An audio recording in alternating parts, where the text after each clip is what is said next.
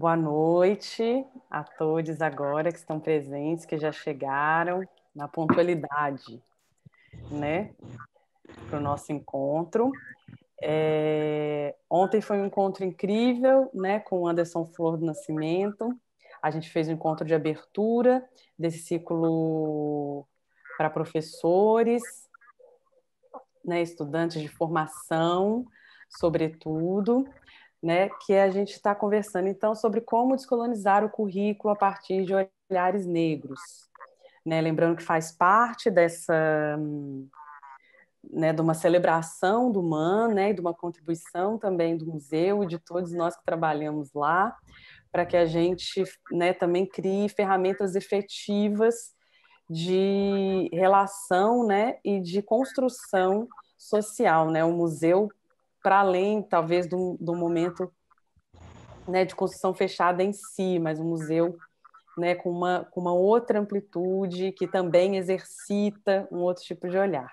E é assim que eu dou boas-vindas à Andressa Jorge, que é uma artista, ativista, que trabalha em diversos projetos sociais, como a Casa das Mulheres, na Maré. Esse ano também fazendo parte da escola, né, de artes do Elan, no Galpão. A Andressa também fez, né, e faz ainda, Andressa, aí você me corrige, parte do Festival UOL. O festival é uma produção, né, que aconteceu a primeira vez em 2018 e esse ano eu participei como convidada também, teve uma versão online, está até disponível, mas o UOL ele é realizado pela Rede da Maré e pela Casa das Mulheres do Trabalho Coletivo. Então, a Andressa tem na prática e no estudo dela, eu vou pedir para vocês fecharem o som, o microfone. Tem alguns microfones cruzando.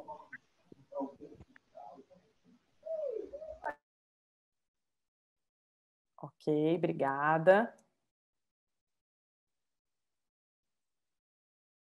Então, a Andressa tem um trabalho com o corpo, com a dança, né, num recorte de gênero, de raça, e hoje vai trazer para a gente, então, um outro olhar a partir dessa pergunta que a gente lançou para esse ciclo de formação. A gente vai manter o mesmo formato, né? A Andressa tem aí 1 hora, mais ou menos, para, né, para falar, para abrir para a gente essa temática, e depois a gente tem mais 1 hora de conversa, né, de perguntas. Eu vou ficar aqui mediando o chat, qualquer coisa eu estou aqui online, né, prestando atenção nisso. Eu vou colocar aqui também a lista de presença. Então, à medida também que o tempo for passando, eu coloco de novo para quem for entrando. E aí, desejo para todas nós uma boa aula.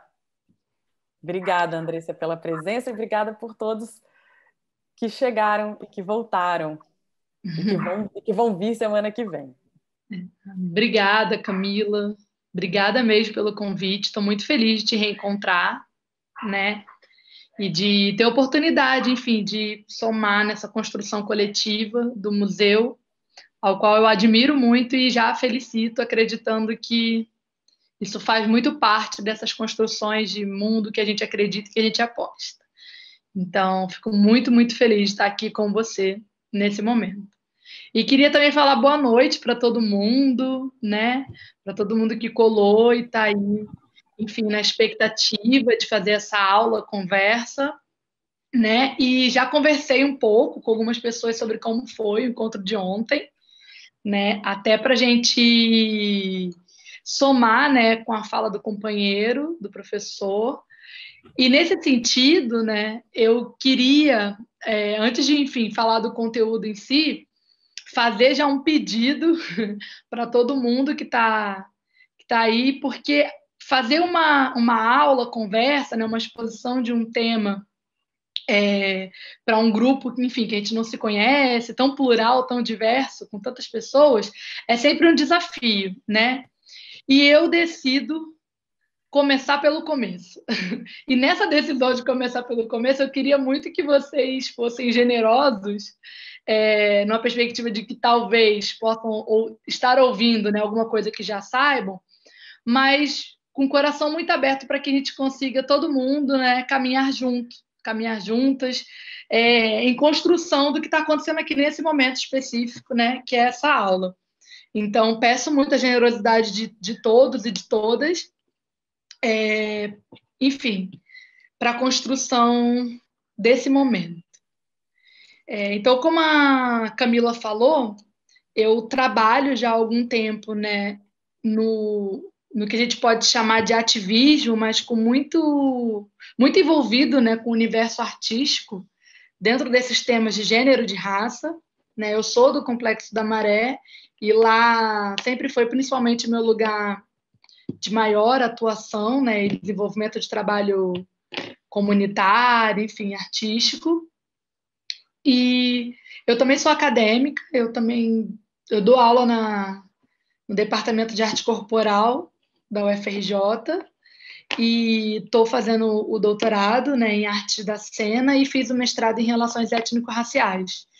Então, já tem algum tempo que eu tenho me incomodado, produzido esse tipo de incômodo, de pensar a partir de olhares contra-hegemônicos, né, na construção de conhecimento. E aí, ao ler a pergunta, né, disparadora desse curso, de como a gente construir, né, um currículo partindo desses olhares negros, eu fiz o exercício de me perguntar por que a gente precisa fazer isso. Por que é preciso que a gente construa um currículo, né, partindo de olhares negros? Por que a gente precisa discutir e estar aqui hoje, por exemplo, falando sobre isso? Por que se faz necessário e pertinente a discussão sobre esse tema? E com essa provocação que eu conduzi e esbocei mais ou menos o que eu quero falar com vocês. Quando a gente pensa na necessidade de construir um projeto educacional, né, um currículo educacional que seja antirracista, né, que parta e que contenha olhares e visões de mundo plural, visões de mundo plurais, diversas, né? E quando a gente fala também, usa esse termo antirracismo, eu fico sempre pensando, se a gente está falando isso, então a gente todo mundo aqui já acordou, já está em comum acordo, que a gente vive em uma sociedade que é racista. Porque se a gente está precisando construir e pensar sobre antirracismo, é porque é racista, né?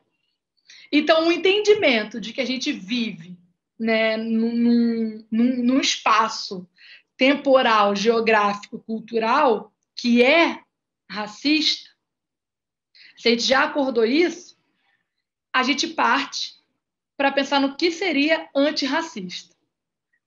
Só que toda vez que a gente vai falar sobre racismo, assim, a gente vai ter sempre aquelas falas e aquelas frases do senso comum, né, que a gente já ouviu falar 1000 vezes. Inclusive, parece às vezes uma coisa antiga, né, ultrapassada, mas a gente viu semana passada, por exemplo, na fala, não só na fala, mas na postura do vice-presidente, por exemplo, do país, ao dizer que no Brasil não tem nada disso. Isso é uma ideia que estão importando dos Estados Unidos, mas que no Brasil não existe nada disso de racismo.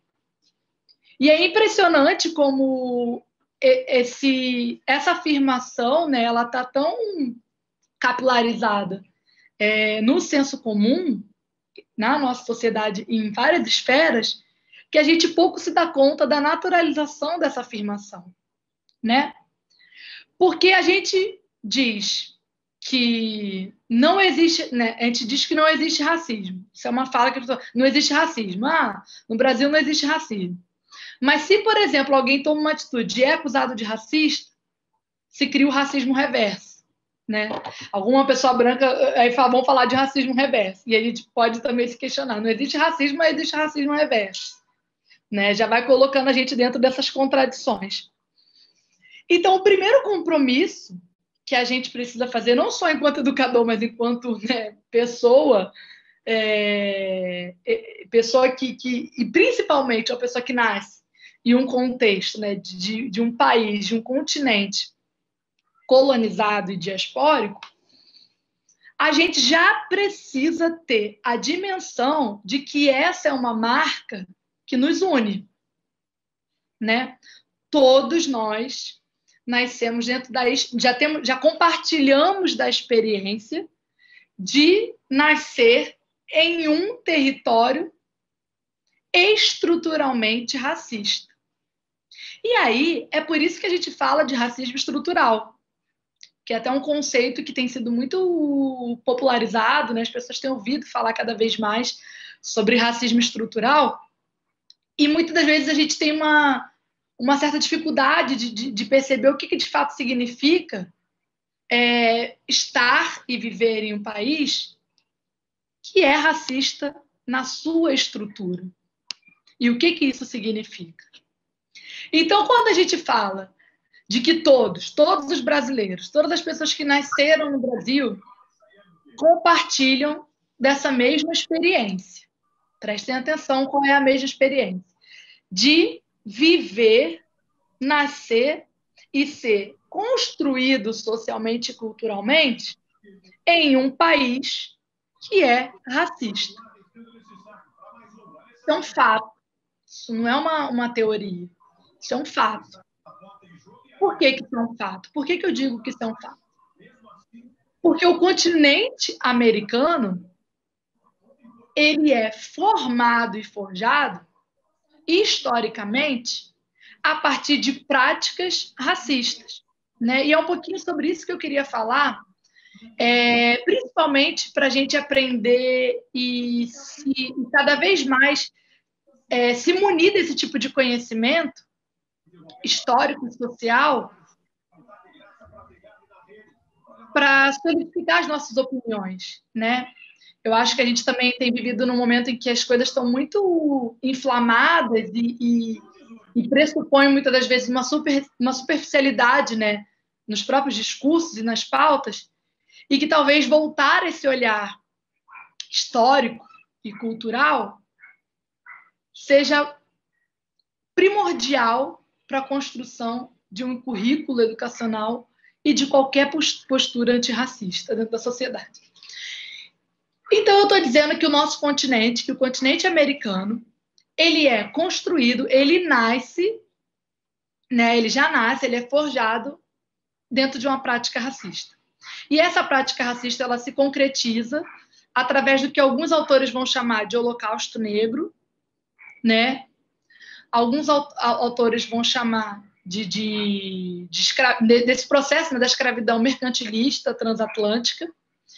E tem um autor que vai chamar, um autor pan-africano, ele é Karl Nobles. Depois eu posso botar a referência mais certinha, mando para a Camila compartilhar com vocês, que ele usa um termo que eu gosto muito, que ele chama esse processo de escravização mercantilista e transatlântica de descarrilhamento, né? Que é quando o trem ele, né, tá no trilho e esse trem ele sai desse trilho, ele é um trem descarrilhado, né? E ele chama o advento da escravidão transatlântica de descarrilhamento. E eu acho que é uma metáfora, uma figura de linguagem muito interessante para pensar nesse processo, porque nos força a imaginar que havia um antes, né? No continente africano havia um antes do advento da escravidão transatlântica e um depois. E o que isso significa nesse depois, na história da humanidade. Então, a gente tem, né, comprovadamente, um território que surge, que emerge desse fato histórico, né, que foi o Holocausto Negro, que foi a escravidão transatlântica, e também a escravidão, né, a escravização e toda a violência, o massacre dos povos originários indígenas que já estavam nesse local, né, que já estavam também com uma história anterior a esse fato. Então, quando a gente pensa que o modelo de sociedade que a gente tem hoje, 2020, né, ele é totalmente influenciado por esse fator e muito pouco complexificado, né, nas esferas sociais. O que significa esse fator? A gente já tem uma comprovação muito concreta de uma sociedade que é estruturalmente racista. E aí, a gente ouve muito de falar. Quando eu falo de escravidão transatlântica e mercantilista, é sempre bom a gente pontuar justamente essa diferença, né? Porque a gente já ouviu falar várias vezes, mas escravidão, preto escravizava preto. Já ouviu isso 1000 vezes, né? As pessoas sempre vêm com esse argumento, mas era negro que escravizava negro também. Mas escravidão sempre aconteceu. A gente ouve isso, né? Enfim, o tempo todo. De fato, essa prática social e cultural de escravizar um indivíduo, ela de fato faz parte da história da humanidade em múltiplos contextos, né? Sempre houve escravidão na história da humanidade, inclusive no continente africano, né? Inclusive como parte cultural e social atuante, característica, né, de vários territórios no continente africano. Não só, mas também. E por conta disso, a gente precisa fazer uma diferenciação entre o que significa a escravidão, né, como prática social cultural, muito fundamentada numa lógica de disputa territorial entre etnias diferentes, entre grupos diferentes, né, que disputavam às vezes espaço, e essa construção cultural, né, de guerras entre grupos, ela vai se tornando também ao longo da história quase que naturalizada, né? Então é histórico que vários grupos sempre foram rivais e essa escravidão sempre, e a escravidão ela consistia num aprisionamento de determinado componente, né, de um grupo rival, e a gente vê isso em vários momentos da história, né? Inclusive uma grande fonte de conhecimento histórico espalhado no imaginário coletivo, do senso comum aqui da gente, é a própria Bíblia, né? A Bíblia Sagrada fala de processos de escravidão, né, nos seus livros antigos. Então, essa prática da escravidão era, de fato, algo comum, cultural, social. E não era bom, né? Imagina, você ser escravizado é um infortúnio, uma coisa ruim. Nunca vai ser bom você ser escravizado. Só que tem uma peculiaridade nesse processo de escravização transatlântica mercantilista. E é sobre isso que a gente precisa incidir. Sobre isso que a gente precisa olhar. Essa prática de escravidão que eu falei comum ao longo da história, inclusive na Bíblia, o indivíduo escravizado, ele, mesmo sendo escravizado, ele não perdia uma dimensão muito importante, que era a sua humanidade, né? E a gente tem um exemplo, voltando aí para a própria Bíblia Sagrada, a história de José, né, que foi o segundo homem mais importante do Egito, e José era o que era um escravizado. Mesmo sendo escravizado e tendo tido, né, o poder, as revelações divinas de interpretar sonhos, ele se tornou o segundo homem mais importante do Egito ao lado de Faraó, mas ele jamais perdeu a condição de escravizado. José ainda era um escravizado naquele povo. Ele ainda não era um pertencente àquele povo. Mas ele era um ser humano. Então, essas práticas sociais de escravização, nesses parâmetros que eu falei para vocês, eles não tiveram essa peculiaridade, vamos dizer assim, que a escravidão transatlântica trouxe, que foi a desumanização de seres humanos, de indivíduos. Com o avanço da exploração, né, colonial e os interesses de uma construção social totalmente baseada em um sistema de funcionamento que era focado no acúmulo, né? No acúmulo das riquezas, no acúmulo dos bens materiais que surge na Europa, essa lógica de acúmulo e não só de expropriação ou da natureza ou dos próprios recursos humanos para o uso, essa ideia do acúmulo produziu, né, essa fome, esse desejo de mercado, ao qual a exploração e a colonização de outros espaços foi a principal ferramenta, né, de dar vazão a esse sistema, né, que se instaurava. Então, aqueles indivíduos, aqueles seres humanos escravizados, eles passaram a ter uma identidade de produto, né? Então, a gente tem um sistema que transformou indivíduos, seres humanos, pessoas dotadas de histórias, de experiências de vida, de ancestralidade, no sentido, na história mesmo cultural daquele indivíduo, gostos, desejos, sentimentos, sonhos, espiritualidade, talvez, ou, enfim, qualquer outra interpretação que dê conta, né, desse conceito de espiritualidade. Então, esses indivíduos foram reduzidos a objetos. Então, é esse o contexto que funda o que hoje a gente chama de nação, o que hoje a gente chama de país.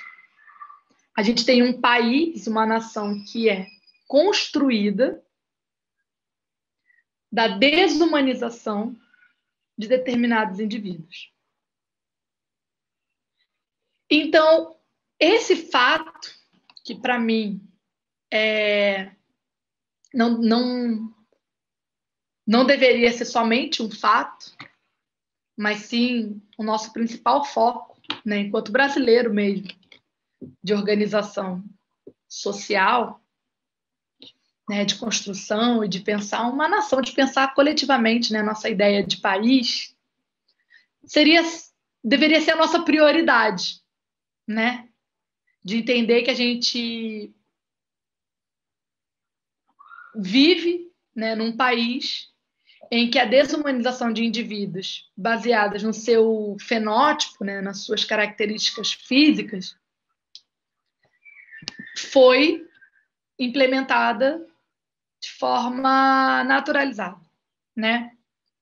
Então, trazendo mais alguns dados dessa perspectiva histórica, a gente sabe que o Brasil foi o último país das Américas, né, o último país do continente americano a abolir institucionalmente a escravidão, né, de forma legal, óbvio, e foi um país responsável por 40%, né, de população negra escravizada. Então, principalmente, né, nas cidades do Rio de Janeiro e na cidade do Maranhão, na cidade no Maranhão, ali no Porto, né, no estado do Maranhão, no estado da Bahia. E essas informações, assim, né, esses fatos históricos, eles precisam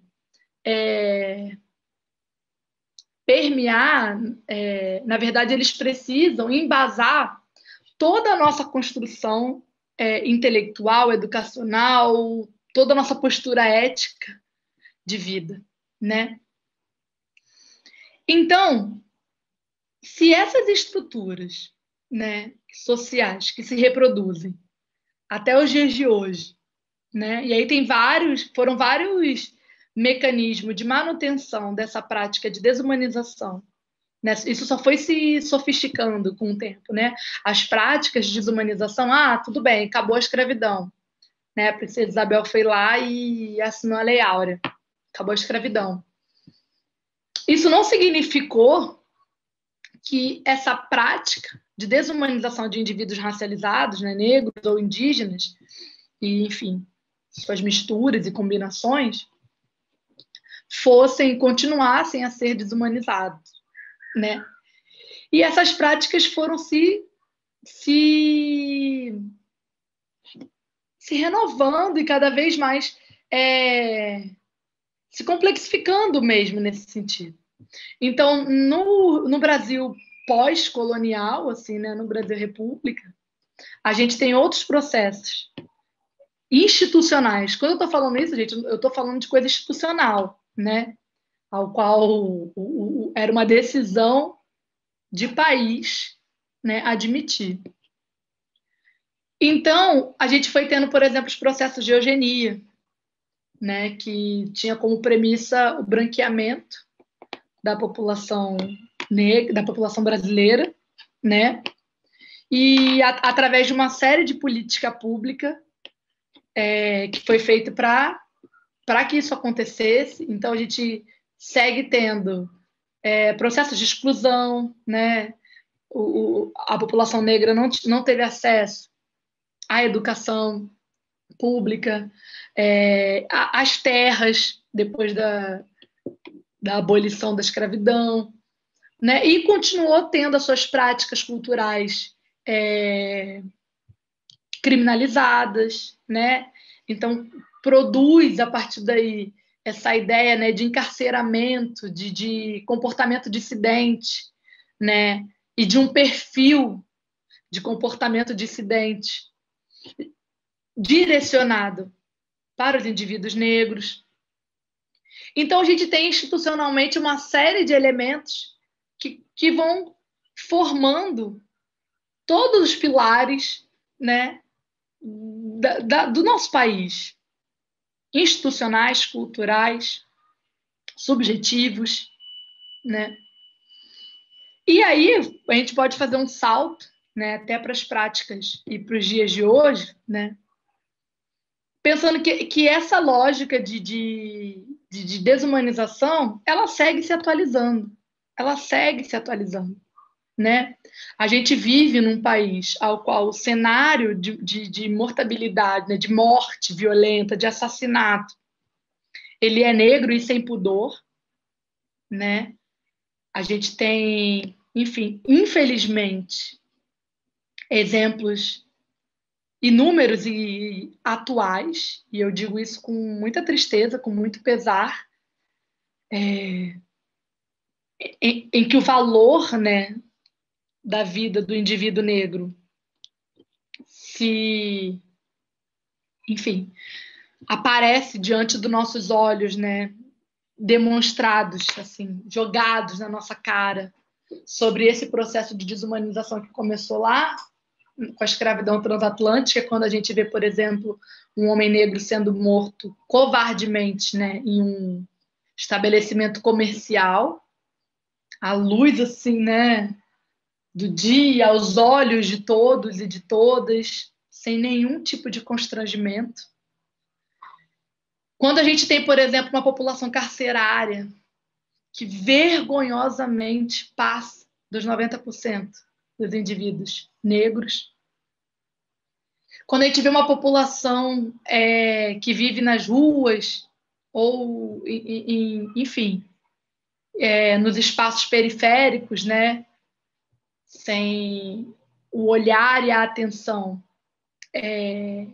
de política pública direcionada, e são majoritariamente negros. E quando a gente vê, por exemplo, as escolas públicas que seguem um processo intencional de sucateamento, né, e de destruição, ao qual os alunos são também majoritariamente racializados, negros e negras. Então, quando a gente vê essas atualizações, que estão aqui, gente, estão no nosso dia a dia, a gente querendo ou não querendo ver, isso nos remonta a essa linha histórica, né? Isso nos remonta a esse lugar histórico ao qual a luta, né, e a discussão e a pauta ainda é a mesma. Quando indivíduos racializados, indivíduos negros, indivíduos indígenas, né, que foram racializados pela estrutura, quando esses indivíduos vão ser vistos de fato como seres humanos. E esse é um trabalho e uma missão de todo mundo na sociedade. E é isso que configura, na verdade, uma prática antirracista, ao qual todos devem ser incumbidos, né, dessa missão. Todos devem estar envolvidos nessa missão. Isso não é uma missão da população negra, né? Desconstruir essa ideia de desumanização. Isso não é uma missão da população negra, um dever, né? Mas como todo mundo, né, dentro dessa sociedade que minimamente entende que há uma assimetria no que cerne a interpretação de humanidade, que é o básico, gente. Humanidade, que é o básico. A gente precisa entender que lugar é esse e o que eu faço dentro desse lugar, né, para diminuir e para destruir, né, essas assimetrias. E aí o caminho educacional e os espaços em que o educador ocupa é um caminho muito estratégico e um caminho muito importante e que conseguiu, talvez, fazer com que a gente hoje estivesse, por exemplo, aqui trocando essa ideia, né? Dentro dessa lógica, dessa linha do tempo, daquele lugar, daquele momento histórico até o dia de hoje, e a gente está aqui falando sobre isso, os caminhos educacionais, eles são fundamentais, né? Os espaços de poder na sociedade, eles são fundamentais para a gente poder, para ocupar e provocar fissuras, né? Eu gosto muito dessa metáfora de construir fissuras nas estruturas, porque é isso. Se você pensa numa estrutura, a gente pensa na ideia de uma casa, né?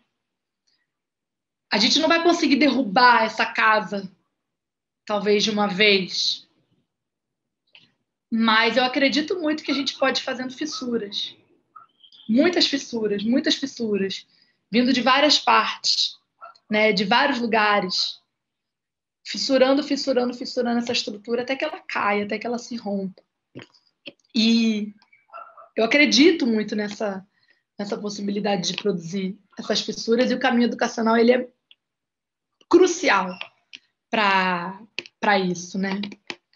Então, quando a gente pensa nessa implicação de todos os indivíduos na pauta antirracista, é uma convocação mesmo em todas as esferas e partindo desse seu lugar de experiência, porque eu comecei propositalmente, né, essa conversa falando que a gente compartilha de uma mesma experiência. Botei todo mundo numa igualdade, não foi?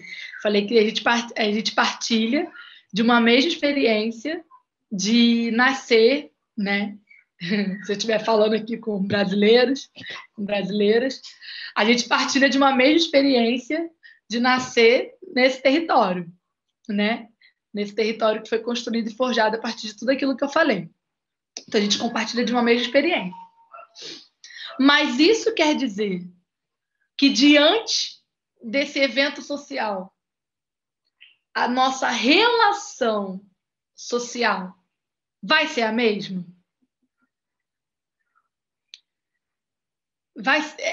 Quando a gente fala dessa troca, né, e dessa relação da experiência, ela é a mesma? É muito óbvio a gente perceber que não. Que ainda que todos nós partilhemos da experiência de nascer e estar em um país estruturalmente desigual e racista, há vantagens e desvantagens que são diretamente aplicadas à sua condição fenótipica nesse lugar, a quem você é. E mais do que quem você é, a quem você aparenta ser. Porque essa que é a leitura do racismo, né? É a leitura do que está visível. É a leitura do que é visto.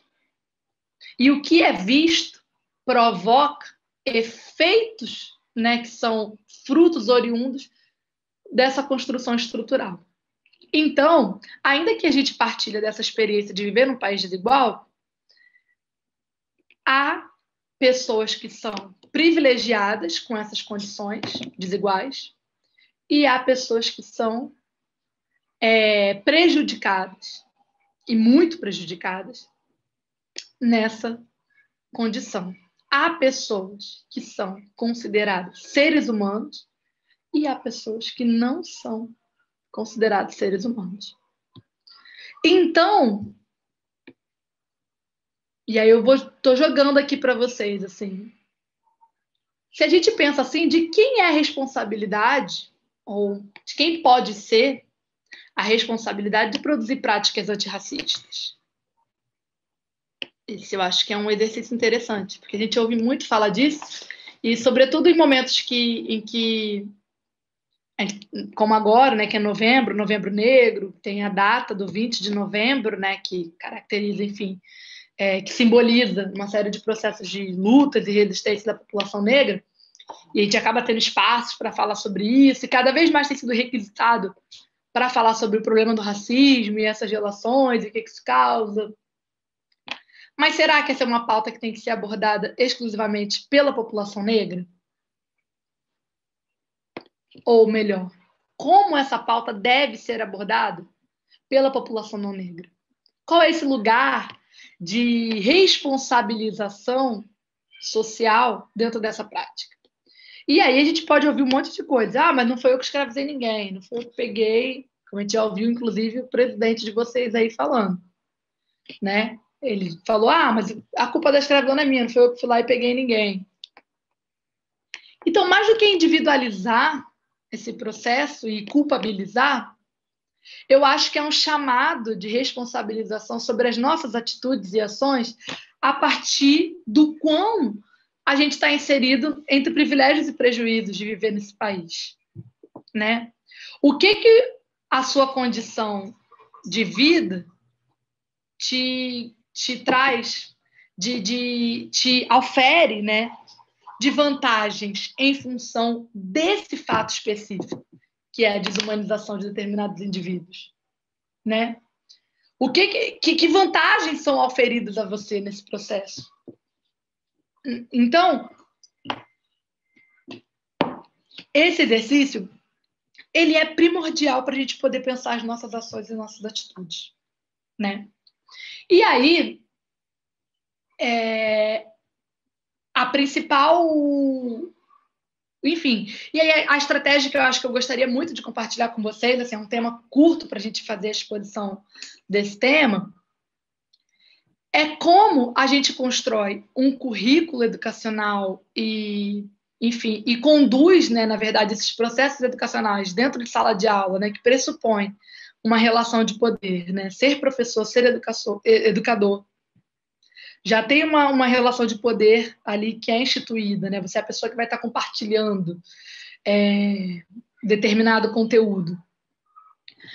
Em que eu posso implicar essas minhas ações e essa reflexão a partir desse meu lugar? Porque a gente ouve falar, lugar de fala, então eu não posso falar disso porque não é meu lugar de fala. A gente também ouve, né, uma interpretação, às vezes, muito equivocada desse conceito.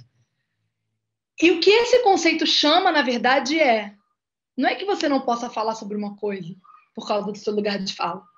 É uma reflexão sobre o que você pode falar sobre esse assunto, tendo em mente, considerando a sua experiência vivida, né, entre privilégios, vantagens e desvantagens, dentro desse tema.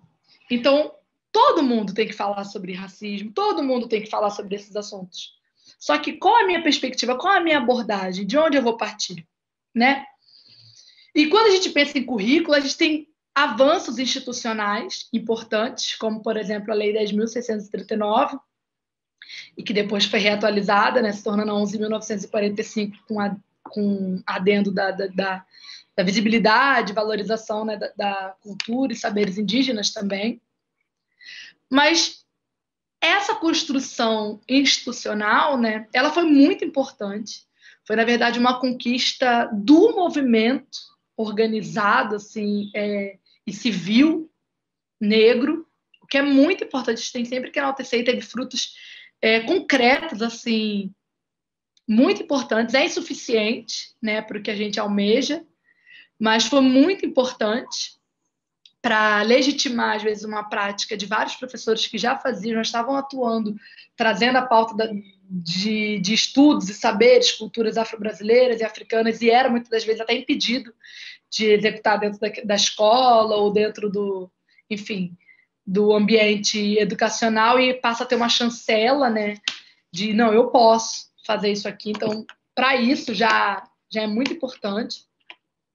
Só que a gente precisa ir além, porque com esse processo de desumanização, né, gerado através da escravidão transatlântica e atualizado até os dias de hoje, a gente tem uma morte, que a Sueli Carneiro fala muito bem, que é uma morte da episteme, e que é uma perda muito grande, né?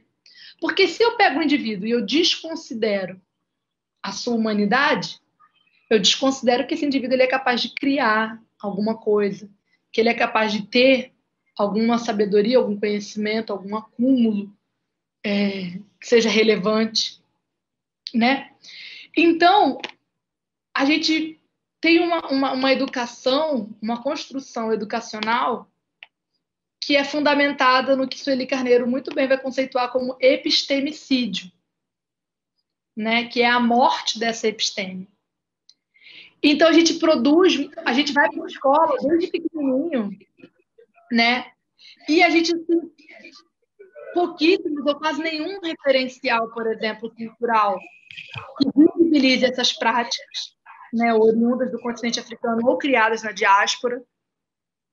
Quando há alguma fala sobre essas práticas, elas ficam num lugar folclorizado, né, ou para marcar uma data, ou como algo que é quase que um extra, né?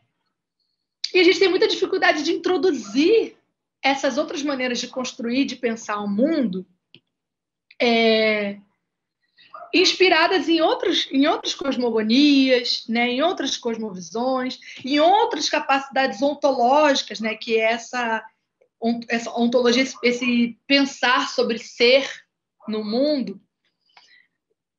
E isso não dá conta, isso não causa não gera uma produção de representatividade com os indivíduos que estão recebendo esse conhecimento. E quando a gente está, por exemplo, nos espaços de construção de conhecimento, são as universidades, né, e a gente traz elementos de saberes ou de práticas negras ou indígenas, a gente sempre ouve falar, mas isso são discursos identitários, né? Isso são discursos identitários. Então é como se fosse sempre algo à parte. Porque há essa ideia desse ser universal, né? Que ditou e dita as regras das nossas produções de conhecimento, das nossas práticas culturais, das nossas práticas sociais, das nossas práticas sexuais, das nossas práticas nutricionais, né? Tem esse ser universal que construiu tudo isso que a gente faz, e esse ser, ele é espelhado na figura de um homem branco, né, cisgênero, e que fala desse norte do mundo, né, eurocêntrico. Então a gente segue reproduzindo essas lógicas, e quando entra uma outra prática, a gente coloca no bojo, né, no cesto das práticas identitárias, né? Já diminuindo o valor conceitual, teórico, analítico, epistemológico dessa produção.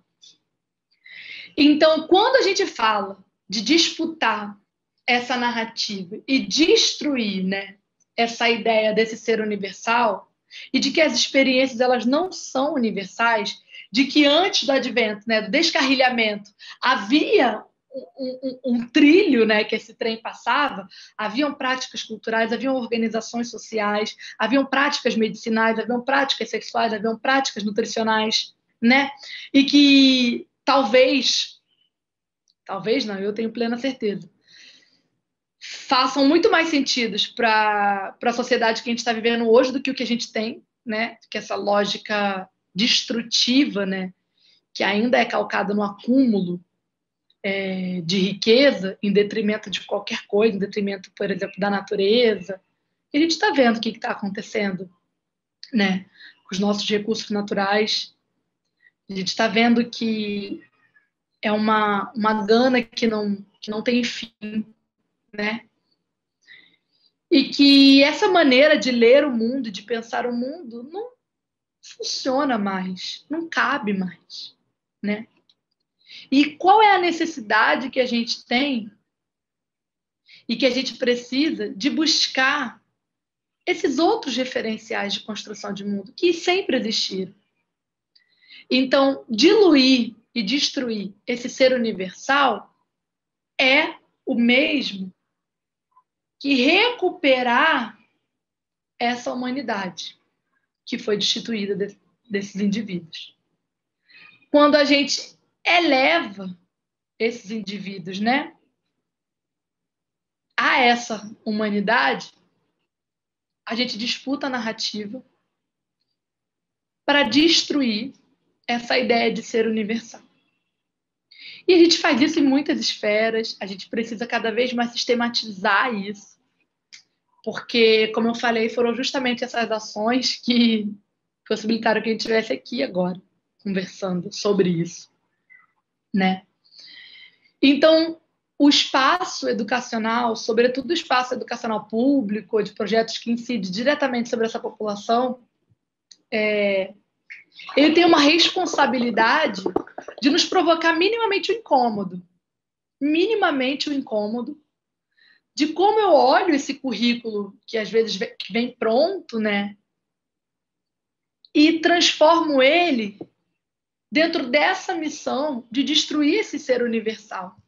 Como eu adiciono práticas e referências culturais e epistemológicas que partem de outras experiências, né? E aí é um chamado mesmo para que hoje é mais possível disso ser feito, né? A gente tem também essa própria lógica da tecnologia, né? E da evolução dessa tecnologia que, para o bem e para o mal, está aí, né? E que nos permite também se conectar às vezes, com conhecimento que a gente não teria como acessar e que ficou muito tempo sem acessar, né? Hoje é possível, por exemplo, me comunicar com pessoas de qualquer lugar do mundo com um toque, né? Um clique. Então, como a gente também usa desses artifícios para construir e sonhar minimamente, vislumbrar um mundo possível, né? Um mundo em que essas referências sejam possíveis. E o que eu gosto sempre de falar é que às vezes a gente pensa que aí cai naquele lugar de que fazer isso é quase que um favor, né? Ah, a gente vai valorizar a cultura negra aqui na escola, vai fazer a semana da valorização da cultura negra. E que não é esse lugar, né? A gente não, eu gosto sempre de falar isso, aonde eu vou eu falo isso, sim. Que a gente não tem a capacidade de valorizar um conhecimento que é carregado de valor, que já era carregado de valor. Quem sou eu para valorizar, por exemplo, práticas de saberes ancestrais africanas e afro-brasileiras? Quem sou eu para valorizar, por exemplo, a praxis, a prática e o conhecimento, os saberes que compõem, por exemplo, as religiões de matriz africana ou determinada prática cultural de corpo, de dança? Quem sou eu para valorizar isso? Eu não sou ninguém para dar valor a algo que é de um valor profundo, assim. Mas o que a gente pode fazer é visibilizar essas práticas, né? Como a gente visibiliza essas práticas existentes, né? E fechando assim para poder abrir para as perguntas, eu, enfim, não sei, num outro momento, em alguma outra possibilidade, eu queria compartilhar com vocês que é possível de a gente conectar, né, essas construções de saber que ficaram lá naquele lugar, né, do antes da escravidão transatlântica e que a gente perdeu, vamos dizer assim, né, com essa vinda para cá, que era propositalmente intencional, né, que fosse perdida, para que os negros que viessem, chegassem ao Brasil, eles não poderiam trazer quem eles eram, isso fazia parte do processo de desumanização, subjetivo, né, mas também muito objetivo, que eles pediam que as pessoas escravizadas dessem voltas em torno de uma árvore que chama baobá, que é bem característica do continente africano. Os homens tinham que dar 9 voltas e as mulheres 7. E os colonizadores diziam que esses escravizados, ao dar essas voltas no baobá, eles esqueceriam completamente a memória de quem eles foram, de quem eles eram, se eram reis, se eram rainhas, se eram príncipes, se eram princesas. Ao dar essas voltas, tudo aquilo deveria ser esquecido. Porque uma vez que cruzasse aquela imensidão tenebrosa, né, do oceano, eles não mais seriam humanos, né? E o que eu gosto muito de relatar e de pesquisar e de ir atrás para recuperar esse conhecimento do baobá que ficou, que o baobá segurou, é primeiro dizer que isso não ficou, né? Não perdeu. Isso chegou aqui para gente, porque quando a gente pensa a partir de uma lógica não eurocêntrica, né? Não ocidental, separação de corpo e de mente, que veio lá no iluminismo, né? Que separou o corpo da mente, colocou a mente no lugar de isso aqui que vale, que é importante. Quando a gente pensa a partir de outras possibilidades de se ver no mundo, que não separa corpo e mente, a gente percebe que todo esse conhecimento, todas essas epistemologias foram trazidas nesses corpos, ainda sobre a égide da mais dureza, da mais cruel das ações, né, que ocorriam sobre esses corpos. A gente tem essa comunicação como um elo muito forte e que resultam nas nossas práticas até hoje. A gente faz muitas coisas que vêm desse lugar, que vêm dessa matriz assim, cultural. Seja na maneira de posicionar os nossos corpos, seja saber fazer o uso de determinadas ervas e plantas para curar alguma doença, para produzir conforto, seja na música, no som, na dança. Então, todo esse conhecimento, ele é uma escrevivência, né? Ele é uma... Nós temos escrevivências corporais, né? Que, na verdade, é o que forja, que forma esse país, né? E aí a gente precisa recuperar, reconhecer e visibilizar esse lugar, né? E nesse sentido eu convido e provoco todos vocês a usar desse espaço, né, da educação como um lugar de recuperação, né, e dessa destruição desse ser universal.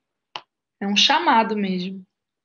Provoco e convoco vocês para esse chamado, porque eu acho que é uma responsabilidade de todo mundo para que não mais a gente tenha que falar sobre isso, sinceramente. Eu espero que a gente consiga viver num dia que não precise mais falar sobre isso, que a gente não precise estar aqui discutindo sobre como construir uma pauta, uma educação antirracista, né? Eu espero e eu sonho com isso mesmo, assim, muita sinceridade. Eu desejo que isso aconteça.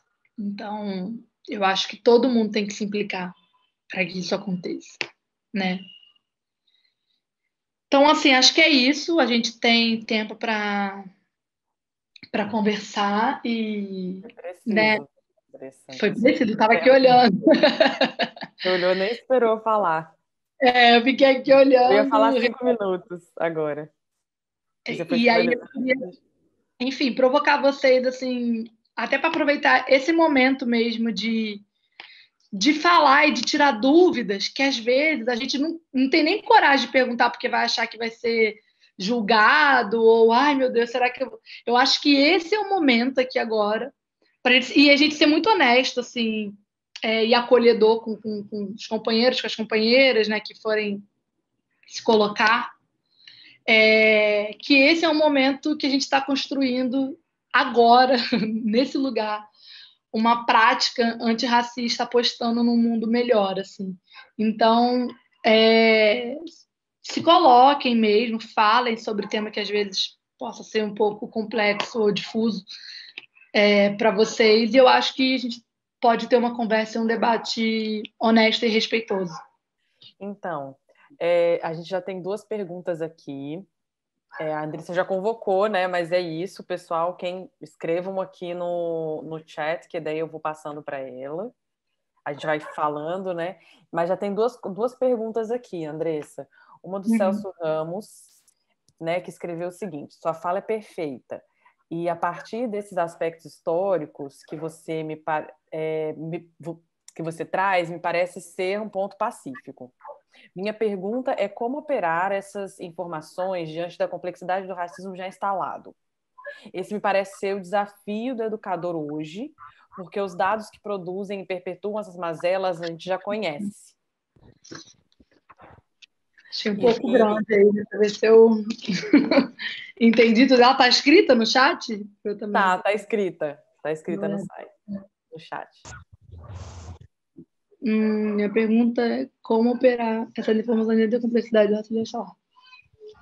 De fato, assim, fazer uma fala introdutória, né, que vai falar da construção dessas estruturas, parece um caminho muito inicial, né? Mas, como eu falei, essa foi a minha aposta, inclusive por ser um grupo que eu não conheço e que tem pessoas em diferentes níveis da discussão, né?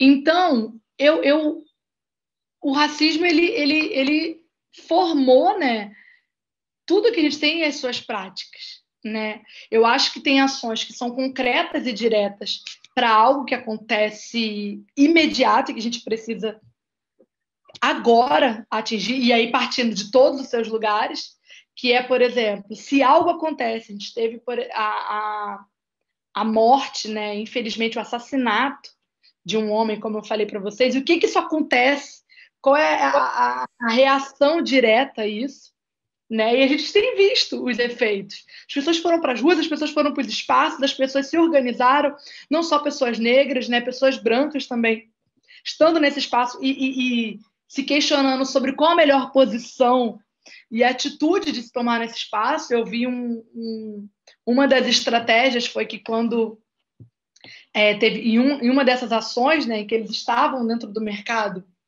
se formou um grupo enorme de policiais, né, armados ostensivamente da frente, e a estratégia do grupo que estava dentro do mercado foi que as pessoas brancas todas fossem na frente, né, entendendo o que significa uma relação de um policial com uma pessoa negra e uma relação de um policial com uma pessoa branca, né? Então isso são dados muito concretos, são fatos muito concretos.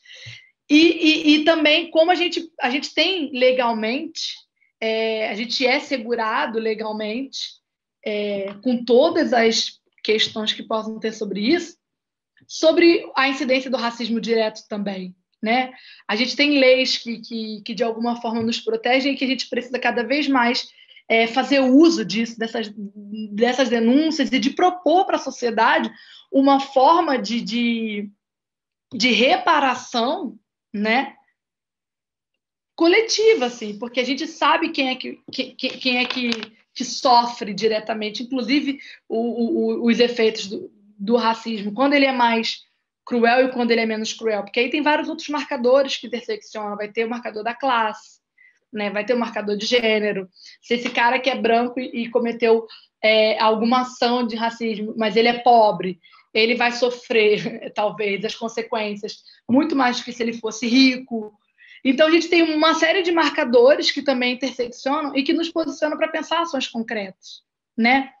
E uma das ações concretas sobre o racismo que existe e que é perpetuado diariamente dentro dos espaços educacionais é a construção curricular e de aulas em que seja a premissa, assim, que seja primordial entender que a gente tem uma lacuna e uma necessidade de reparação histórica e de criação de referencial que dê conta da visibilidade, né, desses saberes negros. Tem a Grada Quilomba, ela fala no livro Plantações da Memória de uma experiência que ela faz em sala de aula, ela dando aula para graduação, né, lá na Alemanha, e aí ela dava aula e ela percebeu que os alunos que participavam e falavam, sempre falavam das suas experiências, falavam do que leu, do que aprendeu, eram sempre os alunos brancos, né? E aí um dia ela fez uma experiência que ela chegou, foi dar uma aula só com referencial negro, só baseado na experiência vivida de pessoas negras. E aí as pessoas brancas ficaram caladas e as pessoas negras começaram a participar da aula, falar, né? E aí, com isso, ela diz o que produz esse silenciamento também dos espaços de aula. Eu acho que as pessoas negras que estiverem me ouvindo não vão saber exatamente do que eu estou falando. De quando você está no espaço educacional, você sente de fato que você tem muito pouco a contribuir, porque a sua vivência, a sua experiência e a sua teoria não é relevante para aquela construção. Não é nem sequer aceita dentro daquele contexto. Então, o que precisa mudar? Eu que tenho que ir lá ficar só lendo e me baseando nessa experiência branca, eurocêntrica, para poder participar? Ou, né, ou a prática educacional, o professor e a abordagem podem também fazer esse exercício para que a gente produza um outro tipo de subjetividade nos alunos e nas alunas negras, né? Então, eu também acho que é muito importante partir desses lugares, né, desses caminhos.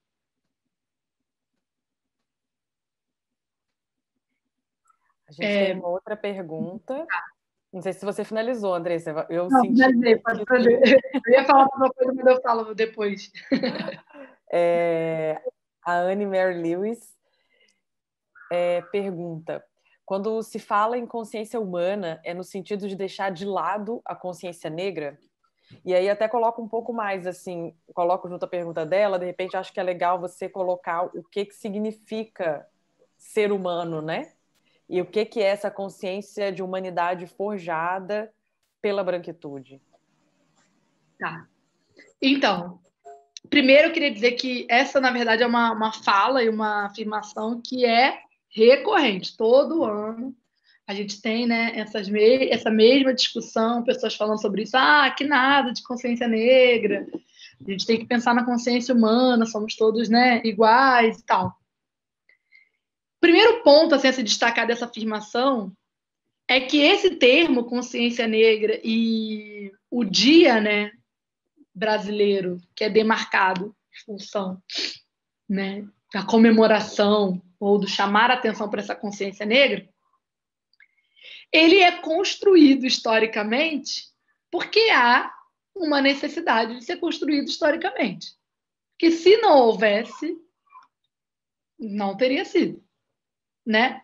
Se foi preciso disputar um dia em que a gente precise lembrar para as pessoas negras e para toda a sociedade sobre a importância de visibilizar a cultura, o conhecimento, a vida das pessoas negras, é porque, de fato, a gente já estava falando de algo que não acontecia de maneira proporcional, de maneira igual, né? Então, por isso que não cola pensar em consciência humana no mesmo patamar que quando a gente fala sobre consciência negra, né? Porque quando a gente fala de consciência humana, a gente está partindo de uma homogeneização, como se todos estivessem em condições iguais de existência. E eu falei para vocês, através de fatos, né, históricos, que esse não é o caso. A gente é forjado e formado a partir de um histórico construído na desumanização. E que, por isso, foi preciso uma organização, uma luta, uma disputa, uma resistência muito dura e muito árdua, que não é bonitinho ser resistente e ser forte. o tempo todo para reivindicar a vida. Isso não é nem um pouco romântico, isso não é nem um pouco bacana, não é nem um pouco legal. Você tem que acordar e ser consciente de tudo que te acontece e lutar ainda por cima contra isso. Isso, na verdade, é um grande acionador e provocador de uma série de doenças, de uma série de problemas que a população negra sofre, que é pouquíssimo falado e contabilizado. É muito duro você, por exemplo, dar conta, você, enquanto uma mulher que tem um filho negro, e saber que a cada 23 minutos um jovem negro morre. Como é que dá conta dessa experiência? Você ser uma pessoa negra e saber que se você entrar num supermercado, você pode ser acusado de roubo só porque você mexeu na bolsa. Então, a gente já vai tendo uma série de códigos que são introjectados na nossa vida que endurece assim, a nossa experiência no mundo. A gente já vive de forma diferente. Né? Então, não precisaria ter um dia de consciência humana. A gente ainda precisa, e eu digo isso tristemente, né? Ter um dia para falar sobre consciência negra, porque a gente ainda vive sobre essa desigualdade profunda, né? E o que é, como a Camila muito bem provocou, o que é essa construção de humanidade dentro de toda uma estrutura que favorece e visibiliza o que a gente, né, tem chamado de branquitude ou branquidade. Eu prefiro usar o termo branquidade, inclusive, que favorece, por exemplo, essa lógica da branquidade em que tudo que a gente se vê não nos representa. Gente, a gente teve muitos avanços, é fato, né? E espero que cada vez tenhamos mais. Mas é fato, você vai ligar, por exemplo, indo do exemplo mais mínimo ao exemplo mais macro. Você vai ligar uma televisão e você vai ver toda a programação, certo que é 90% pessoas brancas.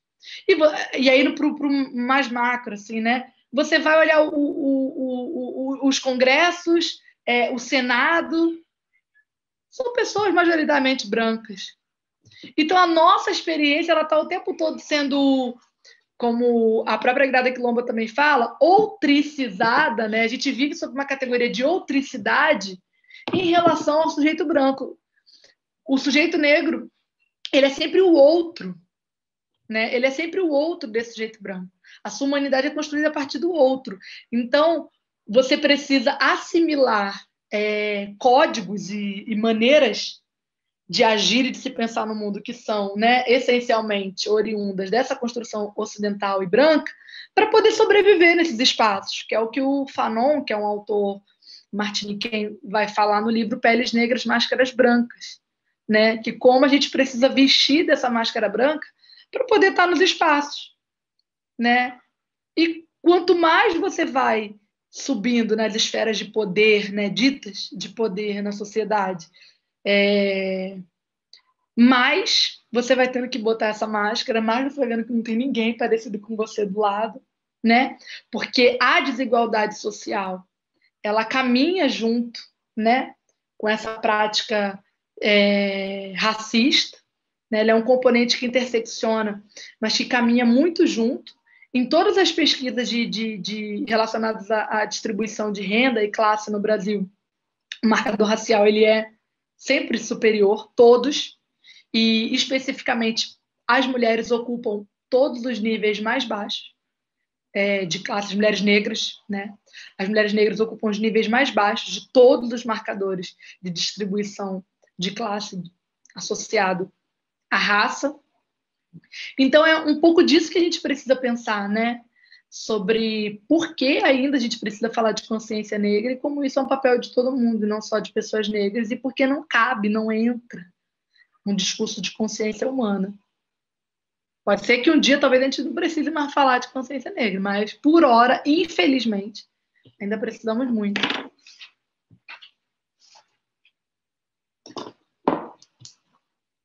Vamos lá, então. A gente tem uma pergunta de José Henrique de Oliveira Santos, e ele diz o seguinte: mesmo com a implementação da Lei 10.639, ainda há uma grande dificuldade para se trabalhar a cultura africana em sala de aula. Os materiais didáticos contemplam, na maioria das vezes, um capítulo à parte, englobando a cultura africana e a indígena. Como conseguir trabalhar diante de tanta resistência e descaso dos governos? Ai, puxa, essa pergunta infelizmente é muito real, né? Mas eu acho que a 10.639, ela é, na verdade, essa chancela que eu falei para vocês, né? Ela é muito mais um caminho de possibilidade e de chancela do que o caminho do todo, né? Que vai mostrar exatamente tudo que a gente tem que fazer. A gente também está vivendo um momento, assim, em que o avanço, né, neopentecostal, religioso, está cada vez mais infiltrado nas esferas governamentais, né? E quando eu falo isso, gente, eu não estou aqui fazendo uma crítica direta à religião cristã, não estou mesmo, mas sim a como, infelizmente, ela tem sido usada para conferir, né, e garantir privilégios a essa estrutura, né, que lucra e que usufrui, né, dessa exploração, e majoritariamente de pessoas negras, né, e pessoas pobres e negras. Então, isso não é sem querer, né? Isso é intencional, isso é projeto político.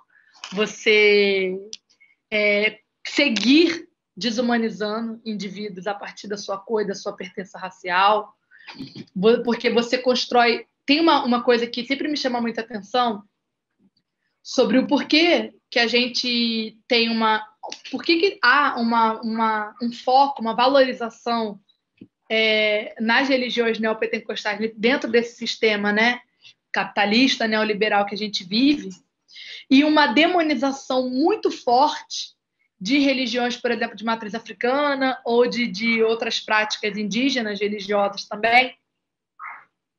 E tem uma resposta que está calcada na mesma lógica colonial, né? As religiões de matriz africana e essas práticas religiosas indígenas, elas têm uma essência primordial que é um respeito e um contato com a natureza e com os recursos naturais, né? Você não vai explorar até o limite da morte de um rio, se esse rio é santo para você, se esse rio é um Deus para você. Você não vai destruir uma floresta, derrubar todas as árvores para ganhar dinheiro, se aquela árvore é um Deus para você, se aquela árvore é um orixá, se aquela árvore ela é vida, se aquela árvore te significa e te coloca no mundo, né? Mas você vai ter uma força e um fomento de religiões que não são calcadas, por exemplo, nessa relação com a natureza, e que tem um foco no acúmulo, né, de bens, de riquezas, de ser uma pessoa bem-sucedida enfim, e que deu certo na vida, está totalmente relacionado ao quanto de dinheiro você acumulou, o quanto você conseguiu, o quanto você foi capaz de produzir dentro dessa lógica capitalista e neoliberal. Então, isso também nos faz pensar do porquê, né? Que governos, estruturas e a estrutura da branquidade como um todo fica tão próxima, flerta tanto com essa religião. E aí, mais uma vez falando que eu não estou dizendo da prática do cristianismo em si, mas do maquinário, né, que opera dentro dessa estrutura. Eu queria trazer um comentário sobre essa pergunta específica, porque eu trabalhei por mais de 10 anos na escrita de livros didáticos de arte. Eu comecei fazendo pesquisa e, né, fui escrevendo para esses livros. Então, eu vi ao longo desses anos, há 3 anos atrás, eu fiz não, 2 anos atrás, antes do atual governo entrar, né? Eu estava trabalhando num material que ele não vai ser lançado. Então, eu queria até trazer, assim, uma solidariedade, né? Assim, eu acho que que talvez com o José Henrique, né, eu acho que todo mundo que trabalha assim no dia a dia e que faz a construção desse lugar, né, do currículo, né, da pedagogia em pontos diferentes, né? Então, existem ganhos ao longo dos anos, né, que vão, como a lei, ela pautou de uma outra forma, assim, a escrita de todos os livros. Então, todas as editoras, e essa era uma editora muito grande para a qual eu trabalhava, ela sempre ganhava, né? Então, tinha uma estrutura muito... Os editais, porque o governo, ele trabalha com edital, né, para a compra dos livros. Então essa editora consegue montar uma equipe muito boa. Eu trabalhava com pessoas muito boas e competentes que estavam muito implicadas em conseguir construir tudo isso que a gente está falando, né?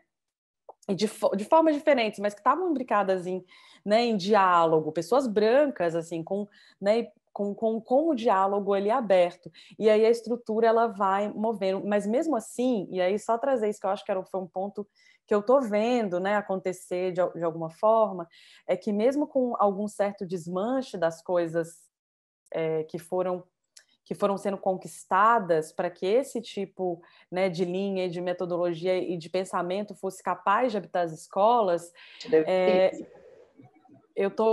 eu vi pessoas, né, e estou vendo assim, pessoas ainda assim, né, lutando e resistindo em outras esferas para que esse retrocesso não aconteça, né? Ou para que ele seja minimizado, ou para que ele seja momentâneo, ou para que fique estagnado, né? Ou para que fique estagnado. Isso são... Tem né, sido muito difícil, Camila, de fato. porque é difícil, mas tem gente que não, assim, que não para, que não desiste, né? Não desiste. Eu digo, eu quis parar de escrever, sabe? E aí as pessoas começaram, não, você não pode parar de escrever, você tem que continuar escrevendo. Então, assim, porque você tem, né? Existem os momentos, né? Não, É uma sim, coisa por cotidiana. exemplo, não só pensando no recorte racial agora, mas trazendo também um foco no recorte de gênero, eu trabalho pensando política de direitos sexuais e reprodutivos, né? E a gente estava também, alguns anos atrás, tendo avanços assim muito importantes nas políticas de direitos sexuais e reprodutivos para as mulheres. Muito importantes. E aí, enfim, nos últimos anos a gente foi tendo um retrocesso absurdo, né? Foi tendo um retrocesso absurdo nessa pauta. A gente não tem. Foi, por exemplo, com a pandemia, o primeiro serviço a ser cortado foram os serviços relacionados a direitos sexuais e reprodutivos. E ao passo que a gente tem um aumento, né, da violência das mulheres, por exemplo, por conta do isolamento. Então, a gente aumentou o número de estupros, aumentou o número de violência sexual. A gente diminui também o acesso à informação sobre direitos sexuais e reprodutivos. A gente diminui o acesso no acolhimento mesmo, na saúde pública e nos insumos necessários, seja de remédios para isso, seja de acompanhamento psicológico, enfim. Então, é um momento muito duro que a gente está vivendo, sim, mas é também um momento de... O Mambembe, ele fala uma coisa que eu acho muito interessante. O Ashley Mambembe, que é um escritor camaronês, que, enfim, ficou muito conhecido, que ele fala do conceito de necropolítica. Ele fala uma coisa que eu acho muito interessante, que ele fala que quanto mais duro assim o momento que a gente está vivendo, mais viscerais precisam ser as resistências. Então, eu acho que a gente está vivendo um momento de resistências viscerais, né? E, enfim. Tem um outro dizer que agora não estou lembrando também, assim, para trazer a referência, né? Mas onde diz, né, que a gente não pode também deixar de sair da nossa vista, né, que para cada movimento, né, desse de enrijecimento, de dureza, significa também que ele foi uma medida do outro lado para sufocar algo muito grandioso também que estávamos sim fazendo e que estamos fazendo, né? Então são perguntas, né? É uma via que tem muitas mãos, né? É uma via que tem muitas mãos, mas é nesse momento também, se tem uma repressão grande, é porque algo muito grande de um outro lado entende que precisava ser reprimido, né? Então, assim, para a gente também entender a medida da nossa força, né? Aí tem uma outra pergunta aqui, de Aleph Almeida. Andressa, muito obrigada pela fala, é inspiradora. Eu trabalhei com educação museal e gostaria que você falasse em como construir uma educação antirracista nos museus, que são instituições, ao meu ver, que favorecem a manutenção da imagem que as pessoas brancas produzem, o conhecimento e produção de pessoas não brancas são exóticas. Exóticas, entre aspas. Bom, vou tentar responder. Eu acho que todo o processo educacional ele é desafiador, né? Em qualquer lugar que a gente vai estar, ele é desafiador, porque, como eu falei, a gente já está num espaço em que a gente tem que dar conta dessa estrutura que é desigual. Os museus, de fato, né? Eles representam, é muito doido, porque é um símbolo mesmo desse. É um símbolo, é um reflexo desse poder, né? É mostrar para todo mundo esse poder, de fato colocar na cara e às vistas quem é que está ditando as regras, né? Eu penso muito nisso, essa coisa dos museus. E eu me lembro de que uma vez na minha graduação, eu fiz graduação em dança, né? E eu me lembro que uma vez na minha graduação, a gente teve um professor que era, por sinal, um homem negro, ele problematizou muito essa questão. Por que determinadas práticas artísticas não estão no museu? Por que a dança não está no museu? A gente ficou pirando, assim, né, com esse pensamento. Não está no museu, né, entre aspas, óbvio que podem existir iniciativas, assim, mas eu estou dizendo o que vai inaugurar e demarcar o museu como aquele lugar branco, que inclusive vai ter essa diferenciação do que é arte do que não é, do que é produção artística e o que não é. A dança ela ainda é muito acessível a todos os públicos e pessoas, porque a gente precisa de uma matéria-prima que é única, que a gente tem, todo mundo tem, que é o corpinho, né? Então, isso já coloca essa diferenciação de que o que está no museu pressupõe você ter determinados acessos. E aí, isso vai ficando vai botando esse lugar do valor, né? Que material que foi usado, que técnica foi usada, né? E esses lugares de valor que vão instituindo para demonstrar justamente quem é que se privilegia dessas desigualdades. E quando a gente vê algo que foi feito, sei lá, com material simples, vem um artista tal, olha, mas olha como ele fez isso com materiais que são considerados simples. Né? Não vou falar, eu lembro de alguns anos atrás, era muito o ápice dessa discussão, olha o que ele fez com sucatas, olha o que ele fez com coisas que foram encontradas. Teve um boom dessa parada, né, no fim dos anos 90, assim, olha o que ele fez com sucata, olha o que ele fez. E aí, colocando nesse lugar de generosidade, né, criativa, quando, na verdade, muitas das vezes são coisas que já eram feitas, né, há muito tempo, que são feitas há muito tempo. Então, eu acho que o museu, da maneira como ele é concebido, hegemonicamente e no senso comum, ele já é um lugar que estruturalmente foi feito para perpetuar a lógica da desigualdade, né? Ah, mas e aí o que a gente faz? Explode tudo, desiste? Não. Acho que a gente precisa. Acho que os processos. Eu não sei exatamente, né? É uma ignorância minha. Eu não sei exatamente como funciona o processo educacional dentro do museu. Mas aí eu acho que é o trabalho de aproveitar a oportunidade para levantar essas críticas sobre qualquer obra, qualquer assunto, qualquer tópico que esteja no momento. Como a gente racializa também aquele artista? Como a gente posiciona esse artista no lugar que ele vem e critica sobre isso? E joga isso para o público. Ah, mas tá vendo isso aqui que esse artista produziu? Ele estudou em tal lugar, ele veio de uma família assim, assim, e fez isso, isso e isso. Por que ele fez isso, isso e isso? Né? Eu vi uma vez uma professora falando sobre a Tarsila do Amaral, né? Que é uma, enfim, considerada cânone, uma artista modernista, pintora e tal. E aí também não estou aqui para, né, falar se é bom, se é ruim. Mas ao falar que ela teve recentemente uma obra vendida no MoMA, né, avaliada em assim muitos milhões de dólares, né? Uma obra da Tarsila do Amaral. E aí ela sendo enaltecida como brasileira, que foi vendida por um valor muito alto lá nos Estados Unidos e tal, esses valores, esses lugares de valores. E aí você vai procurar um pouco da história da Tarsila do Amaral. Você vê de onde ela vem. Ah, filhas de fazendeiros, numa fazenda de café, na época tal. E o que isso posiciona, né? O lugar da Tarsila do Amaral? Ela é fruto desses privilégios, dessas vantagens, sob o sangue e o suor e o sofrimento dessas pessoas negras escravizadas. Por isso ela foi estudar em tal lugar, por isso ela produziu, né? Isso vai tirar o valor todo da obra dela ou vai esvaziar? Não. Mas a gente precisa criticar que isso não é porque a Tarsila do Amaral ela é bonitinha, maravilhosa e ela fez aquilo ali. Que fatores também incidiram sobre aquilo que não fez, por exemplo, com que surgisse, com que, sei lá, Maria Auxiliadora, uma pintora, né, negra, fosse, por exemplo, vendida no MoMA. Então, eu acho que são essas questões que a gente precisa estar, enfim, trazendo em toda e qualquer oportunidade de troca e de diálogo e de partilha, porque isso isso é educação, né? Isso é processo educacional.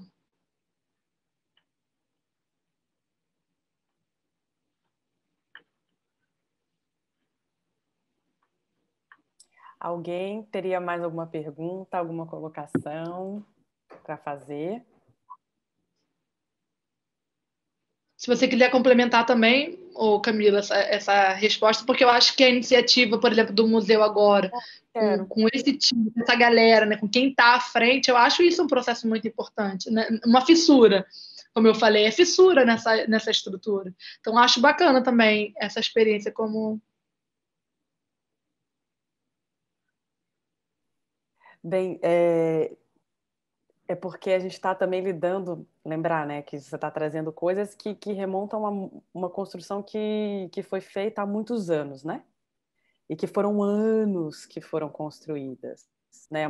Por muito tempo chega-se nesse modelo que a gente Chega até vive. a parecer que é algo natural e não que foi Então, construído. Parece que que foi sempre... construído. Exato. Então, assim, então a arte e o museu, ele é construído também nessa temporalidade, né, nessa temporalidade de muito tempo e sobretudo, e aí só posicionar, eu acho que não, que é a lembrança, que eu acho que vale marcar, que o museu ele existe e ele é feito justamente para se pensar nas imagens, né? E como que as imagens vão no momento onde não tinha internet, televisão, revista, enfim, esse tipo de mídia. Então, a importância deste lugar, no momento em que ele é gerado, ele é criado, é a importância daquele que vai escrever, né, daquele que vai querer escrever, sim, e marcar a imagem dos corpos que vão ser, portanto, parte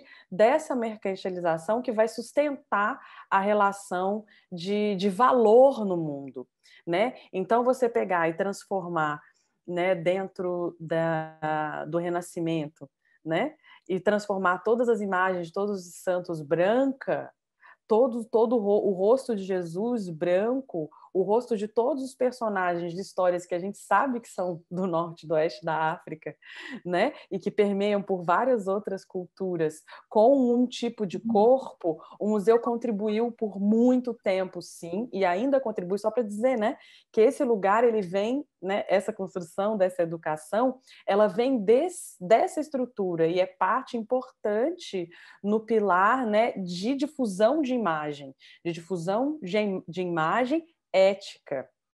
Qual é a ética? A ética da desumanização, né? A ética de objetificação de determinados corpos, sendo isso estruturante deste ser. Quer dizer, que sequer era um ser, né? Então, é uma condição imóvel nesse sentido. Então, a arte, ela ajuda por muito tempo isso. Pensar o museu, né? E vai servir justamente para exotizar, né? Não é que o museu exotiza hoje. É Ele para sempre... manter um discurso, é para manter um discurso mesmo. Isso é uma parte fundante, né? Foi fundamento da ideia, né, de museu. É repartir o mundo, é segmentar, né? Segmentar para que você conseguisse nivelar, né? Não, desculpa, desnivelar, desequilibrar, né? Tirar a relação de valor das pessoas, né? Expropriar, é uma relação de expropriação. Então, nesse sentido, o que se faz hoje, né, em vários museus, sobretudo dentro, né, da parte mesmo de educação, até mesmo a ideia de museu, né, gente? Dentro do museu você tem vários segmentos, você tem né, o pessoal que faz fotografia, o pessoal que faz a curadoria, o pessoal que faz o educativo, que a Gleice já mudou, assim, não é educação, né? Educação e participação, né? O museu, ele é deslocado da sociedade. Então, assim, são muitos anos de construção de confusão. A gente está tentando fazer, entender como trabalhar no meio dessa confusão uma toda. Missão mesmo, é uma missão. Né?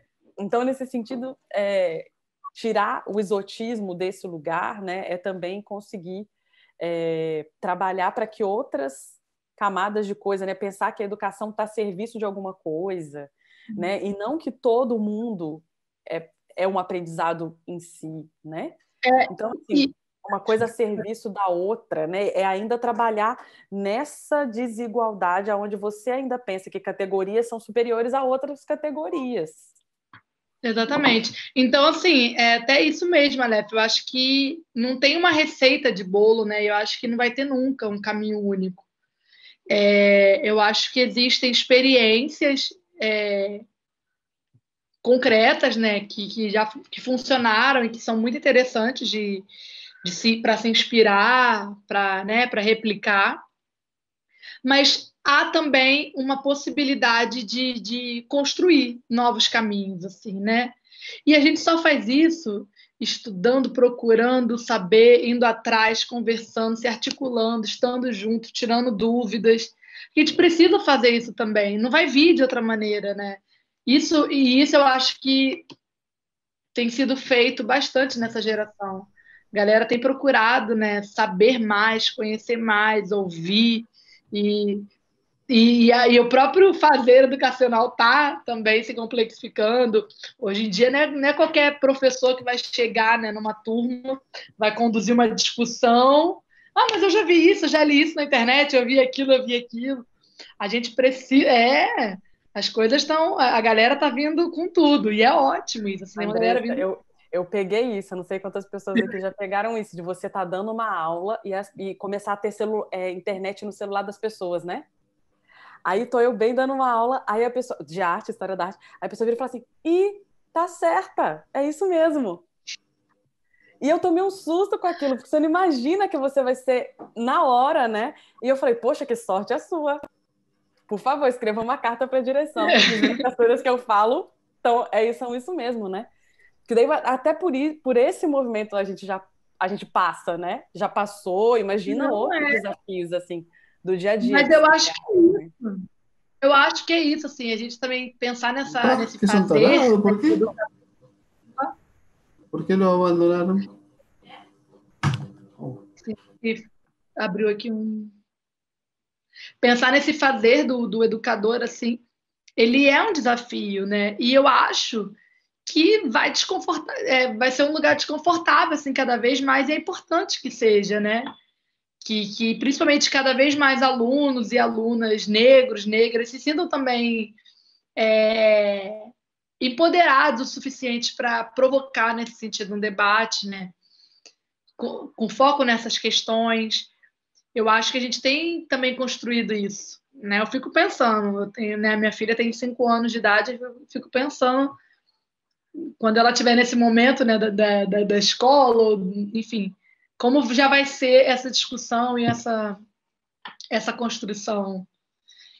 Eu tô bem assim, eu fico bem esperançosa com essas próximas gerações nesse sentido, mas esse conhecimento vem de trabalho árduo mesmo, vem o professor tem que sair desse lugar de conforto, de achar que já está tudo dominado. Não, é isso. Assim, acho que esse desconforto ele também ajuda a gente a se mover, sabe? A sair desses lugares, porque às vezes a gente fica muito, sei lá, muito tempo preso naquele mesmo modo de fazer a aula, aquele plano. A gente tem professor que tem o mesmo plano de aula há 20 anos. Está lá fazendo. Então, acho que é como a gente também se provoca, né? Às vezes pelas próprias instituições, viu? É. Não mudar, Exatamente.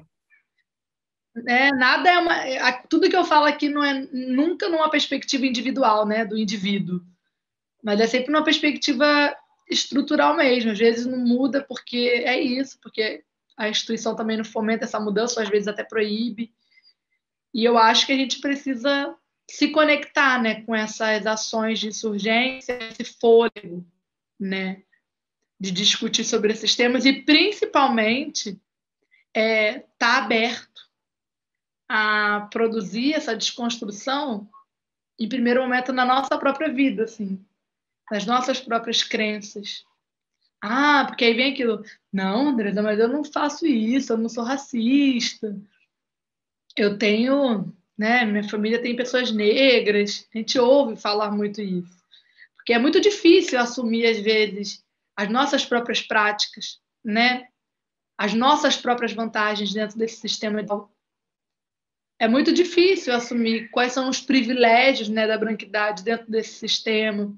E isso tem tudo a ver com aquilo que eu falei. Só o fato de você não ter a sua subjetividade tão adoecida, né, tão fragmentada como é a subjetividade das pessoas negras, isso já te coloca numa outra experiência de mundo, que você precisa pensar sobre isso. Você pode ser a pessoa mais legal, maneirona, entendeu? Do mundo, mas você precisa pensar sobre o quanto esse privilégio te abre portas, né? Então, eu acho que esse incômodo ele precisa ser um exercício diário, porque é justo, gente, não tem jeito, é um incômodo que faz a gente se movimentar. Se você está sentado num lugar e está confortável, está legal, não tem nada te incomodando, a probabilidade de você permanecer ali e ficar, ela vai ser muito maior. Agora, se você senta num lugar e que te incomoda, eu duvido que você vai ficar parado. Ai, que lindo, tá me incomodando, vou ficar aqui. Não vai. Então, é um incômodo que produz movimento. Não é, já sei de tudo, tá tudo certo. É um incômodo que produz movimento. Então, que a gente se permita se incomodar. Que a gente se permita a desnaturalizar essas estruturas que a Camila falou com vários exemplos, apontamentos assim, muito práticos e concretos. Que a gente se permita. E aprenda a abrir espaço, né, para esses lugares de poder. Se eu entendo que é desigual, eu preciso saber quando recuar. Eu preciso saber quando abrir espaços de poder. Eu preciso, dentro da minha prática, dos lugares que eu tô, avaliar se é realmente um ambiente em que a diversidade e a pluralidade de poder ela está de maneira, né, equânime, assim, equitativa. E se não está, o que eu tenho que fazer para isso? Quando eu tenho que recuar? Quando eu tenho que calar? Quando eu tenho que sair? Quando eu tenho que deixar de disputar determinada vaga para que outras pessoas possam ter a chance? Quando que eu tenho que talvez criar caminhos que sejam mais possíveis de outras pessoas, de outras vozes estarem, né? Acho que são esses exercícios que vêm do incômodo que faz a gente movimentar as coisas. A gente teve, cara, exemplos muito recentes. Eu sei que as coisas estão muito afloradas, né? Eu acho que o advento da internet, da tecnologia, ele tem isso também de ruim, de causar essas polarizações, né? Essas dicotomias. Mas, e aí fica muito o lado A, lado B, né? Mas a gente tem visto muitas discussões assim recentes, por exemplo, igual teve, né, da vaga da Magazine Luiza, que gerou um frisson. Todo mundo tinha que ter uma opinião para falar sobre vaga de ação afirmativa da Magazine Luiza, sabe? Às vezes a pessoa nunca nem pensou na vaga, não tem nada a ver com a profissão, mas está criticando uma coisa que não faz nem sentido, né? E isso nunca foi pensado, passou a ser pensado quando você entende uma responsabilidade de diversificar os postos de poder de uma empresa que lucra, né, e que ganha dinheiro com uma base gigantesca de população negra. Então, assim, é muito doido como a gente pensa às vezes que a gente já está tudo. Não, as pessoas já sabem, ninguém é racista, ninguém vai sair ofendendo ninguém na rua. E que é tudo muito sutil, né? É tudo muito sutil e profundo.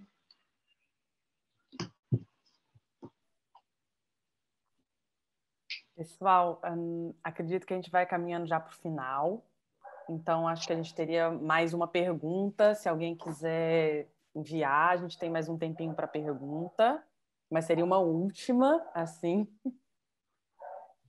E desde já, Andressa, eu te agradeço. Aproveito para deixar esse tempinho, se alguém mais quiser se inscrever, para dizer a todos que a gente continua na semana que vem. Então, o nosso último encontro com o Tiago Santana é na segunda-feira da semana que vem. E a gente faz uma finalização. A gente espera que todos voltem, né? Que foi incrível aqui com a Andressa. Agradeço de coração. Acho que o pessoal já está agradecendo aqui, Andressa. Já é um agradecimento mesmo da sua fala. Eu acho que dos exemplos vivos que você traz, né? Eu acho que tem uma coisa muito do dia a dia mesmo, assim. Eu acho que, né? Na forma como você traz, apesar da complexidade toda, né? Das Uhum, reflexões que você colocou, trazer lá desde a base também, né? Nunca é demais a gente reconstruir e repensar junto um pouco essa construção, né, disso que toca a gente diariamente. Eu agradeço muito a sua presença. eu vou compartilhar aqui no chat, né, contatos meus, se alguém quiser talvez falar alguma coisa sobre, enfim, biografia, alguma comunicação mais direta, eu vou deixar aqui compartilhado também, que eu posso, enfim, falar um pouco dessas biografias que eu falei. E também alguns textos, algumas coisas que eu tenho escrito sobre esses temas também, se alguém tiver interesse de pensar sobre essas conexões entre raça, gênero. Então, deixei aqui também no chat para quem é referência biográfica, pode falar comigo ou passo para a Camila também, se tiver uma maneira. Não sei se eu tenho um mailing de e-mail da galera, imagino Isso, a que gente tem. Aí você pode passar para a gente que a gente repassa, tá bom? sim. Show. Eu também agradeço muito assim o convite. Eu acredito muito nesses espaços de construção coletiva, né? E de, enfim, e de formação, né? Entre pessoas que estão, enfim, para vocês estarem aqui de alguma forma já tem um incômodo, isso já é um movimento desse lugar que eu falei, né? Isso já é um movimento desse incômodo. Então, isso já me deixa fico muito emocionada mesmo. São muitos participantes, muitas pessoas, né, aqui assistindo e dispostas a construir e estar junto. Então, eu agradeço o convite, parabenizo mais uma vez a iniciativa, assim, toda a equipe do MAN, e aí na figura de Camilo, assim, todo o acolhimento que eu tive, os e-mails da Gleice, tudo. Enfim, fico muito feliz e me coloco aberta e à disposição também para pensar, enfim, novas confabulações de construções de mundo possível, porque eu acho que eu gosto, vamos confabular. Vamos, pelo menos, vou falar igual a Sueli Carneiro, que fala também isso, né? Ela fala assim, gente, a gente tem que arquitetar, a gente tem que se organizar e arquitetar, porque tem que ter plano, né? Então a gente tem que se organizar e arquitetar. Vamos fazer isso junto, assim. Ela fala muito isso. Vamos arquitetar essas possibilidades aí, e isso a gente não faz em praça pública o tempo todo. A gente tem que ter os nossos momentos de conversa, né, de criação de estratégia. E eu acho que aqui, nesse momento, se instaurou um espaço, um território de confabular e de arquitetar esses mundos possíveis, e eu agradeço mesmo por isso. Obrigada, Andressa. Quero pedir uma coisa que a gente fez ontem, acho que ficou bem legal. Quem quiser abrir agora a câmera, eu acho, para a gente dar uma olhada, tirar uma foto, se ver um pouco. É um convite para uma foto final que eu faço aqui para todos. Quem quiser, né? Claro.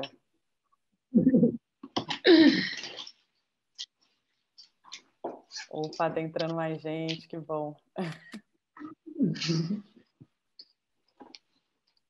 Tá diminuindo o Oi? rosto. Estão diminuindo, que bom, vai entrar. Aí, oi? Aí já fica a dica. Aí, né, Nem me preparei. na próxima segunda já todo mundo já mais ou menos aí se ajeita para já estar preparado para a foto. Pois é. Gente, boa noite. Obrigada, gente. Boa noite. Fiquem bem e seguros.